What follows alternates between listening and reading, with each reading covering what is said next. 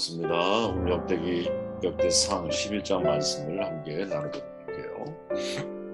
1절 2절 말씀을 읽고 나누며 시작을 합니다. 온 이스라엘이 헤브론에 모여 다윗을 보고 이르되 우리는 왕에 가까운 혈족이니이다. 전에 곧 사울이 왕이 되었을 때에도 이스라엘을 거느리고 출입하게 한 자가 왕이시었고 왕의 하나님 여호와께서도 왕에게 말씀하시기를 내가 내 백성 이스라엘의 목자가 되며 내 백성 이스라엘의 주권자가 되리라 하셨나이다 하니라. 아멘. 마음을 알고 행동하라라는 제목이고요. 다윗에 관한 이야기를 역대상 11장에 소개하고 있잖아요. 이전까지는 유다의 헤브론에서 왕이 되었던 다윗이죠. 한 지파의 왕이었어요. 근데 이후 무려 장장 7년 6개월 만에 이스라엘의 모든 지파의 장로들이 다윗을 왕으로 추대하죠. 무력으로 얻은 결과냐? 아닙니다. 전혀.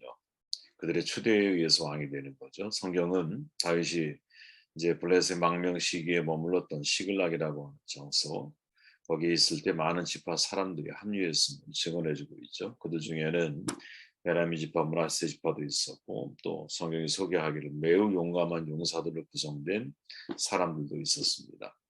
그리고 훗날 당연히 그들이 이스라엘 역사가 세워져가는 과정에서 중추적인 역할을 감당하죠.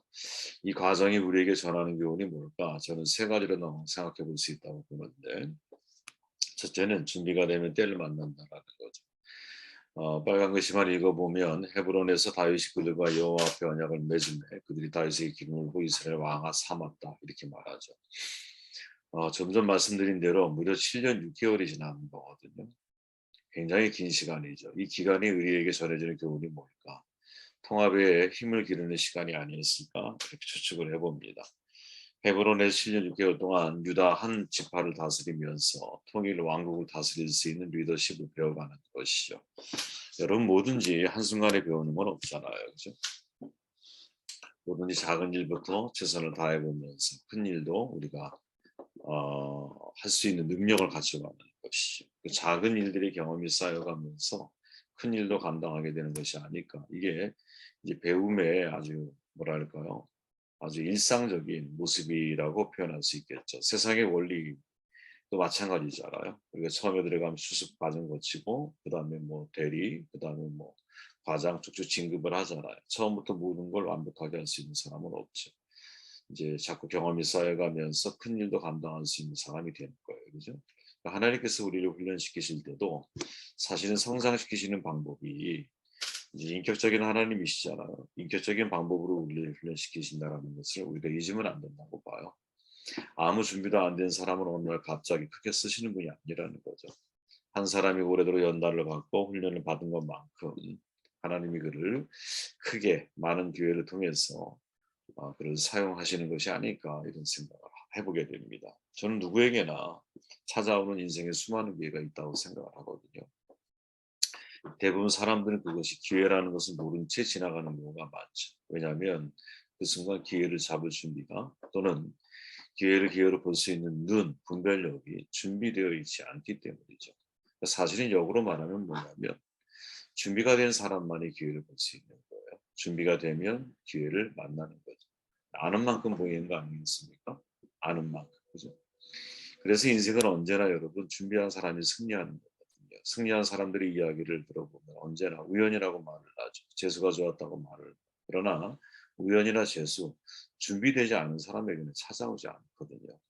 제가 좋아하는 말이라고 그랬잖아요. Semper Paratus, always ready, 항상 준비되어 있어야 된다는 거죠. 저는 신앙인에게 있어서는 이것이 매우 중요한 삶의 태도라고 봅니다. 슬기로운 5처녀가 어떻게 신랑을 맞이할 수 있었습니까? 항상 준비되어져 있었기 때문인 거죠. 인생을 바꿀 기회 우리에게 보이지 않을 뿐 매 순간 사실 우리에게 찾아오고 있거든요. 좋은 기회를 만나지 못했던 사람은 저는 한 번도 없다고 봐요. 단지 그것을 내가 포착하는 눈이 없었고 그 기회를 잡지 못했다라는 거죠. 하나님께서 시간을 두고 다윗을 훈련시키시고 준비하게 하셨잖아요. 때가 되니까 모든 장로들이 다윗왕을 추대를 해. 그리고 왕으로서 통일왕국을 이룰 뿐 아니라 점령하지 못했던 땅까지도 다 점령하면서 역으로 말하면 그만큼 다윗은 상당히 준비가 많이 되어져 있는 왕이었다라는 거죠. 왜? 다른 각 지파에게 허락된 땅들, 정복하지 못한 땅을 누가 다윗이 점령해 나아가는 모습을 보여주거든요. 준비되어 있기 때문이라는 거죠. 준비되어 있기 때문에. 네. 잠시만요. 이게 우리에게 매우 중요한 겁니다. 여러분. 준비되어져 있다라는 거. 네.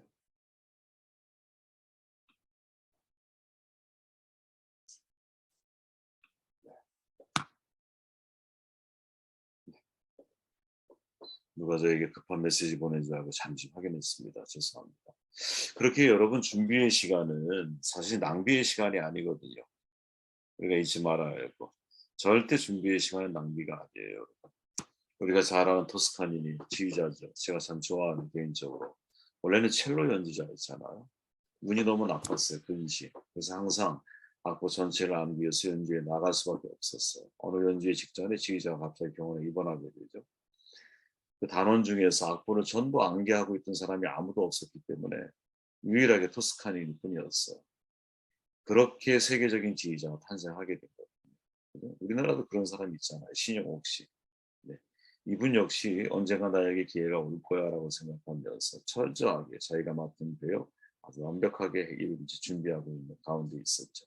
근데 그때 주연이 누구였느냐? 홍혜경 씨였고 이분도 되게 유명한 분이잖아요. 첫 악장을 연기하고 더 이상 공연을 하지 못하는 상황이 벌어져요. 조연들 중에서 그 악장을 전부 다 암기하고 있는 사람이 아무도 없었어. 그때 누구? 신영옥 씨가 새로운 주자로 나서게 되는 거지. 그러니까 사실은 여러분 이분들이 우리에게 전하는 교훈이 있다면 준비는 낭비가 아니라는 거죠. 절대로 낭비가 아니다. 다윗이 모든 이스라엘 왕이 되기까지 걸린 시간 7년 6개월이죠. 짧은 시간 아닙니다. 다윗은 분명히 인내함으로 준비하며 기다려야 했거든요. 준비한 사람에게 가장 필요한 게 뭐냐? 인내라는 거죠. 기회는 인내하는 사람에게 주어진다고 저는 믿어요.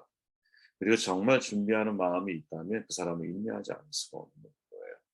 7년 6개월 동안 여러분 이 장로들이 이제 사실은 다윗을 마음으로 다 인정하고 있었거든요. 왜 그런가 하면 2절에 보면 이렇게 말하잖아요. 왕의 하나님 여호와께서도 왕에게 말씀하시기를 내가 내 백성 이스라엘의 목자가 되며 내 백성 이스라엘의 주권자가 되리라 하셨나이다. 이게 장로들의 고백이거든요. 무슨 말이냐면 지금 이스라엘 장로들은 하나님께서 다윗과 함께 하시는 것을 알고 있었어요. 하나님의 언약이 지금 베냐민 지파 사울에서 다윗에게로 흐르고 있다는 것을 알고 있어요.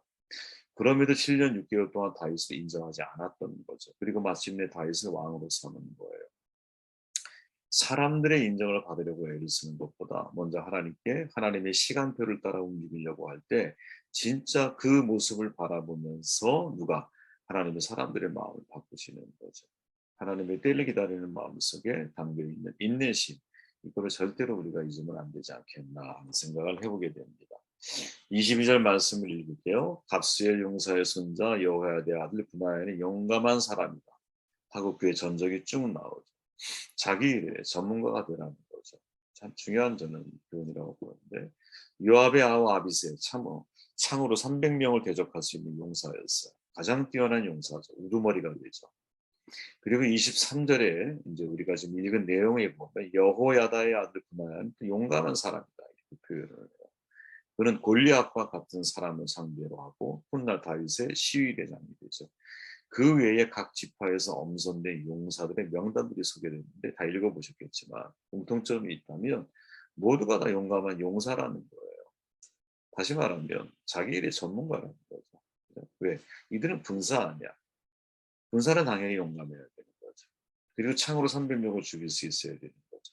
우리를 비유하면 학생은 공부에 능해야 하는 게 맞고요. 공무원은 행정에 능해야 하는 게 맞아요. 설교자는 말씀 기도에 능해야 되는 것이고요. 교사는 가르침에 능해야 되는 겁니다. 저마다 자기 분야의 프로로 준비되어져야 한다는 거죠. 저는 항상 생각하는 게 하나님 앞에서 우리의 마음은 아마추어 정신을 살아야 돼요. 근데 나에게 맡기신 일에 대해서만큼 여러분 프로 의식을 가지고 살아야 한다고 저는 믿어요. 여러분. 내 일의 프로가 돼야 한다는 거죠. 자, 가정해 보십시오. 환자에게 아주 친절하고 따뜻한 의사가 있다고 가정해 보십시오. 더군다나 그가 너무 귀한 인성까지 겸비했어. 누가 보다 훌륭한 인격자야. 근데 정작 어떤 환자의 병도 고치지 못해. 여러분 그럼 어떡할까요? 과연 그 사람이 의사일까? 학생을 정말 아끼고 사랑하는 교사가 있다고 한번 가정해 보세요. 늘 학생을 친구처럼 대해주고 다정하고 다감하고 그리고 존경해줘요. 근데 막상 뭘 가르쳐야 할 때는 아무것도 모르는 거야. 과연 누가 교사가 되어야 할까요? 물론 제가 표현하는 것은 여러분 극단적인 예예요. 그러나 중요한 것은 뭐냐면 제가 말하려고 하는 중요한 거. 우선 의사는 병을 잘 고치면서 훌륭한 인성을 갖춰야 되는 게 맞다라는 거지. 교사는 여러분 우선 잘 가르치는 것을 자기 스스로 노력하고 훈련하면서 그 다음에 학생들을 다정다감하게 사랑해줘야 한다는 거지. 자기 일의 프로가 될 때 내가 누군가에게 진정한 도움이 될 수 있는 게 아니겠는가. 만약에 내가 그 일의 프로가 되지 못하고 있다면 직책을 바꿔야 되는 거죠. 직분을 바꿔야 되는 겁니다. 왜? 나는 거기에 걸림돌이 되고 있는 거거든요. 솔로몬이 말하잖아요, 여러분. 잠언에서 22장에 보니까 내가 자기 일에 능숙한 사람을 보았느냐 이러한 사람은 왕 앞에 설 것이요 천한 자 앞에 서지 아니하리라. 능숙하다. 이 마히르라고 하는 말은 민첩한 솜씨를 가리킨 거예요. 그러니까 자기 일에 능숙하다. 우리를 표현하면 달인이에요. 장인, 마에스트로. 그죠? 이러한 사람들은 여러분 마에스트로 장인이 되어지는 과정을 다큐로 한두 번씩은 보셨을 거 아니에요? 이 사람들은 일의 결과, 영광 여기에 집착하는 사람들이 아니에요. 일 자체, 그 과정에 충실하고 최선을 다하는 사람이거든요. 입으로 일하는 사람이 아니에요. 자기 몸으로 몸 공부잖아. 장인이 되는 과정. 기술을 연마하는 과정이잖아요. 그죠? 한 분야에 어느 정도의 경지에 오르기 위해서는 정말 많은 시간의 성실함과 투자가 필요한 거거든요. 그러니까 장인이 처음에는 이런 사람들이 사람 속에 묻혀서 보이지가 않아. 근데 세월이 지나면서 조금씩 드러나게 되고 알려지고 결국 그 실력이 나중에 사람들에게 유익이 되고 장인의 자리에까지 오르는 거죠. 임계점에 도달할 때까지는 너무너무 쉽지가 않은 거예요. 여러분 우리가 디모데서 주일날 말씀 나누잖아요. 지금 디모데서를 읽으면서 저에게 다가온 아주 중요한 메시지 가운데 하나는 뭐냐면 야 사역자를 세우고 있는 바울의 지도력을 디모데서를 통해서 바울이 우리에게 보여주고 있는데 바울이 디모데에게 전하는 메시지를 한 문장으로 정리해 보면 너는 목사로 프로가 돼야 돼. 이 말이거든요. 목회서신이잖아요. 근데 그 내용을 보면 대부분 다 어떤 내용이에요, 여러분? 야, 네가 학식적인 면에서는 또 품격적인 뭐 인성적인 면에서는 예를 들어서 인성적인 면에서는 말, 행식, 사람, 믿음, 정절 이런 모든 면에 있어서 네가 품이 있는 목회자가 되어야 돼. 학식적인 면에서는 여러분 해박한 성경 지식을 갖춰야 돼. 영감 있는 설교자가 되어야 돼. 영혼들을 따뜻하게 신방해줘야 돼. 자상하게 영혼들을 가르쳐줘야 돼. 문제를 해결을 돕는 사람이 돼줘야 돼. 하나하나의 내용이 다 사실은 여러분 이 디모데를 프로로 키워나가고 있는 바울을 보여주고 있는 거거든요. 우리는 왜 이런 이야기를 잘 안 하는지 모르겠어요. 이런 이야기를 해야 한다고 보거든요. 사실은. 목회자들이 이런 것에 사실은 관심을 많이 기울여야 한다고 봐요. 자기 일에 전문가가 되어야 한다는 거죠. 이게 중요한 사실은 교훈 가운데 하나가 아닐까? 17절 말씀을 읽고 정돈할게요. 다윗이 갈망하여 이르되 베들레헴 성문 곁곧 우물물을 누가 내게 마시게 알고 하매. 자, 다윗의 누이의 아들인 요압과 아비새 그리고 아사엘 아까 얘기했지만 분하야 이 모든 사람들은 다 용사들이에요. 그런데 여러분 이 11장을 읽어보면 이들보다 먼저 나오는 세 명의 용사가 있죠. 근데 그들의 이름이 뭐냐?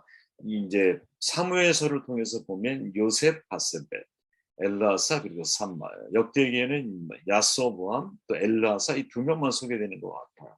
상황이 이래요, 여러분. 블레셋 군대가 서로 대치하고 있는 상황인데 문제는 블레셋 주둔지가 베들레헴이었어요. 그때 다윗이 베들레헴이 자기 고향 아니야. 아마 독백이었던 것 같아요. 베들레헴 성문 곁에 누가 내게 우물물을 마시게 할까 이런 말을 해요. 고향의 물이 그리웠던 거지. 단지 목이 말라서 그랬던 것은 아니라고 봐. 자기의 고향이고 지금 적군에 의해 점령당하고 있었다라는 걸 감안할 때 목마름이죠. 열망이죠, 열망. 베드로에 대한. 그런데 이 이야기를 세 용사가 들었던 것 같아. 그죠? 다윗이 명령한 게 아니거든요. 부탁한 것도 아니야. 독백으로 한 말 같아. 근데 그 이야기를 듣고 이들은 죽음을 위해서 목숨을 걸고 베들레헴에가 왕복 40km예요. 40km. 보통 거리입니까? 거기에 블레셋 군대가 있어요. 근데 그 위험을 무릅쓰고 물을 떠갖고 오죠. 물을 떠갖고 와. 이게 왜 중요하냐면 지금 이 세 명의 용사는 여러분 좀 전에 우리가 읽었던 아주 용감한 용사들이 있잖아요. 요압, 아비세, 뭐 아사헬, 또 브나야 이런 사람들과 객관적인 전력을 보면 객관적인 전과를 보면 여러분 비교가 안 돼요. 무슨 말이냐? 아비세, 브나야 이런 사람들이 훨씬 더 용감하고 용사 같은 사람들이야.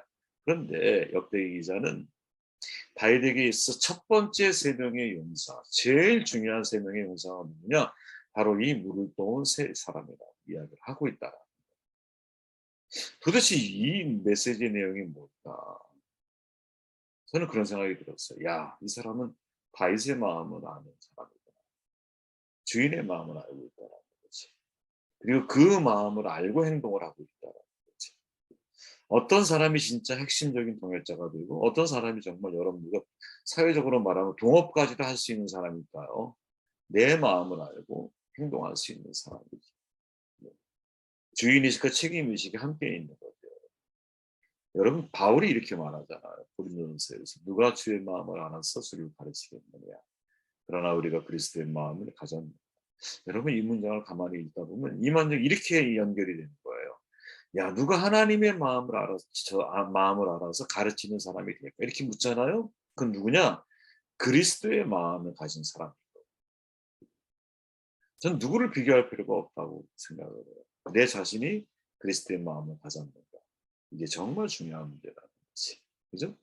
세 명의 용사와 그 다음에 뒤따르는 아비스 분할 같은 진짜 용맹하고 충성심도 있고 실력도 갖추고 있는 많은 용사들이 있음에도 왜 요 세 명의 사람을 첫 번째로 꼽고 있느냐? 그는 다윗의 마음을 알고 행동으로 옮기는 사람인 거죠. 그죠? 객관적인 전력은 떨어지지만 그러나 다윗의 심중에 있어서는 그 사람들이 정말 로열티가 높은 충성도가 높은 사람이고 내 마음을 알아서 움직여주는 사람인 거지. 자, 우리가 하나님 앞에 섰을 때 여러분, 하나님이 원하시는 게 이런 사람이 아닐까 싶은 거예요. 하나님의 마음을 알고 내가 그것을 행동으로 옮길 수 있는 사람. 저와 여러분들이 이러한 하나님의 사역자가 되면 얼마나 아름다울까 하는 생각을 해보게 되었습니다. 말씀 듣고 기도하시고 제가 마음을